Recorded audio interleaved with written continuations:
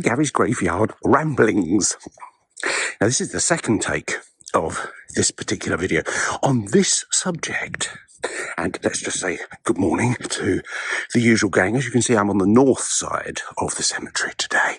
So here is the upper class bit. And here, let's say good morning to Count Dracula under that tree. And do you want a closer look, by the way? Because I always sort of do it from a distance. And there he is, you see, well hidden. But it's daylight, so I'm perfectly safe. You have nothing to be scared of, apart from the fact that there is an enormous spider in there. Look. I expect that's Renfield's breakfast. And look, a fresh molehill from Mr. Mole. And let's say good morning to Mr. and Mrs. Owl.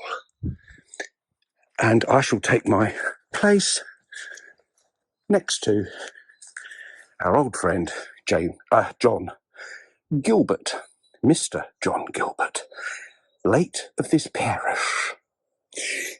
Hello. Now, I did say it was take 2 of this. The first one, what I done, was all right, actually. I was going to post it to become episode 17 of Gary's Graveyard Gramblings. Gramblings, I like that word. Oh, I might adopt that. I've just invented a word. Gary's Graveyard Gramblings. Now there's a thought. So, today, or rather on Monday of this week, because of course it's Thursday, duh, I started writing my new book after about 2.5 years of procrastination. And thinking about what I was going to do. I'd sort of sketched the outline of it being all via Sackville West as part of the Sissinghurst Brigade, in a literary sense. But I just couldn't, I didn't have the, I didn't. So, but I have started it, and I'll come back to that in a minute. Because writing, if you only knew how tortuous it is. It is. I have to wrench every single word out of this brain box of mine. And it's a task. But it's one that I've now, I can tell you, since Monday, you'd be amazed at how many words I've written. I've written nearly 4,000 words already. And it's going well. You know, I've started, so I'll finish. That's my modicum for the day.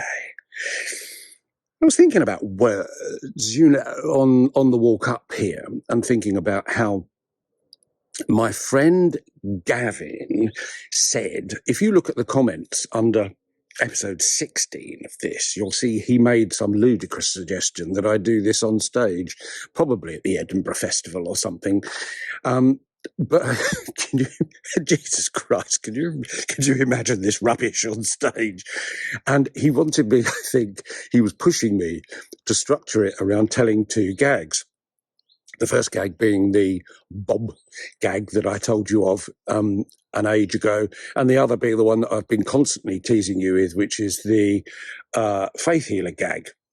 There was this guy, I'm not going to do it. And of course, you know that in both cases, these were gags told to me by the master or the mistress or what. No, I think we can say master. The master gag teller, probably of all time in my life. You don't know her, but I do. And that's my old school friend, Jackie, who is the funniest woman on the planet, actually. I don't know what it is. I don't know what it is that causes me to find the gags that she tells and the way she tells them so utterly hysterical. She got me into more trouble than Fanny out of Far From the Madding Crowd. And for laughing. I was caned once for laughing at the vicar from something that Jackie said to me when I was about 5. So it stretched on, and it got me to thinking, the next book that I'm writing is going to be on a serious subject with my twist. if you see what I mean, and I'll come back to that in a minute. The faith healer gag won't be in it. Can't tell that. It's filthy. And actually, it's not filthy. It's just not very PC. It's not a filthy gag. I just want to point that out. It's a very clever gag. And that's the other reason, Gavin, that I can't do this on stage. Half hour leading up to one gag. Well, I can imagine me grambling on enough to do that. And perhaps half an hour leading up to the final crescendo of the faith healer gag. And I suppose it got me to thinking about words and just how pleased I am and hopeful that I am that my style of writing is very British. And people did say to me, you know, when we read your book, those of you that knew me could hear me speaking. God, can you imagine that? An audio book. I could do an audio book. So it got me to thinking, I'm not a gag teller. I tell gags and jokes, but I think I'm probably too theatrical. You know, I do warm-ups. Keith, you didn't hear that last comment. My mate Keith Flippin, who's a professional, who's a real actor, and doesn't suffer from what would you call that thing where you think you're not good enough to do something? Oh, imposter syndrome. That's right. Yes, I don't think Keith suffers from that. But then he is American, for goodness sake. So why would he? It's only a paranoia that seems to hit us British. I think probably, possibly. Anyway, I digress. So how to tell the perfect gag? Well, I think, really, the best gags are told by those that get the timing right. And, of course, you have to have the words. And I guess I was led into the perfect gags by people like Frankie Howerd, who's my great hero, with lines for him written by the truly great British comedy scriptwriter Talbot Rothwell, Tolly Rothwell, you know him as, writer of Carry On films and Up Pompeii and other fabulous things. And every week, my mum used to find Frankie Howerd very funny, and I think women did. There was just something about Frankie who appealed to the women in the audience in particular. Whether it was this sort of camp thing where he was constantly pretending to be a womanizer, which was plainly ridiculous, I don't know.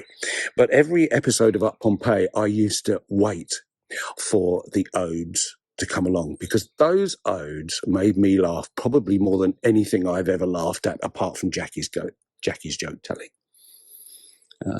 And the mastery of it is actually not always in the lines themselves, but in the reaction that you're going to get from it. So, for example, I like this one in particular. This is my favourite one because it's so British and it's so of its time. See, young British people now probably wouldn't get the hook for this because it's not an expression that is used wisely anymore. But to people of my age, all Frankie Howerd had to do was say the first two lines and the audience went into uproar. So, I knew not what she wanted of me, till I thought this morn I thunk up. Audience roars into laughter, especially the women, because they're already there. Brilliant.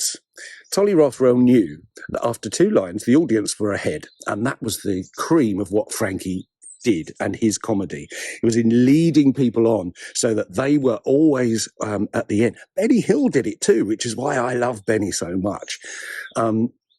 Very much of its time, but wonderful to watch. I knew not what she wanted of me, till I thought this morn I thunk up. 'Tis plain that all she really wants is a pure and simple, and then everybody knows what the last two words actually are. Of course, American. Do you notice how I keep registering my American viewers? I think this is because Michael Eisner at the Disney Corporation is probably watching these Gramblings and saying, we need that guy. At least in my head, that's probably what he's thinking. He's a big bogeyman at the moment anyway, isn't he? We're not supposed to be talking about the Disney Corporation because of the strike.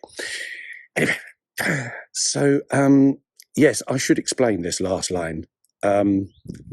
The key to this was every single ode ended not with the words that the audience thought it was going to end with.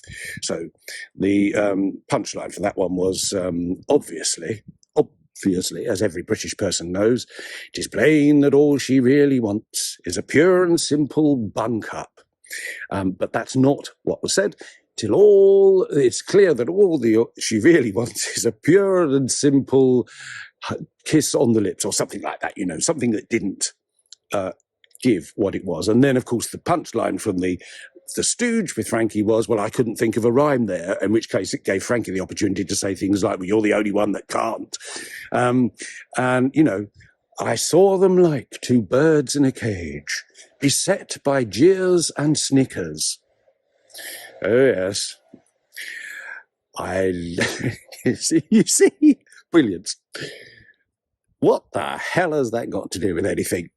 Well, I started writing this next book of mine on a serious subject, one that's dear to my... Oh, someone's cutting a tree down. Shut up. Goodness sake. You can tell that this is off the... And I'm not editing it. No. What I shall do is put a filter on instead. Any roader. Started writing this book, and my sense of humour still gets the better of me. I guess I'd written the introduction to this and then discovered that I was tending towards wanting to put funny things in it. And, the subject matter doesn't particularly lend itself to that. So I gave in the end, and I thought, well, to thine own self be true. Do you know what I mean? So it will contain humorisms, though probably not odes. I don't think the funk up gag is likely to appear in this book. Stay tuned for more information on that. I'm not going to reveal just yet what the subject matter of this is, because I'm not entirely convinced I'll ever finish the bloody thing, but we'll see. And without further ado, and with that racket going on in the background, it's disgraceful. I'm writing to the council, or him above. I shall simply say, salute.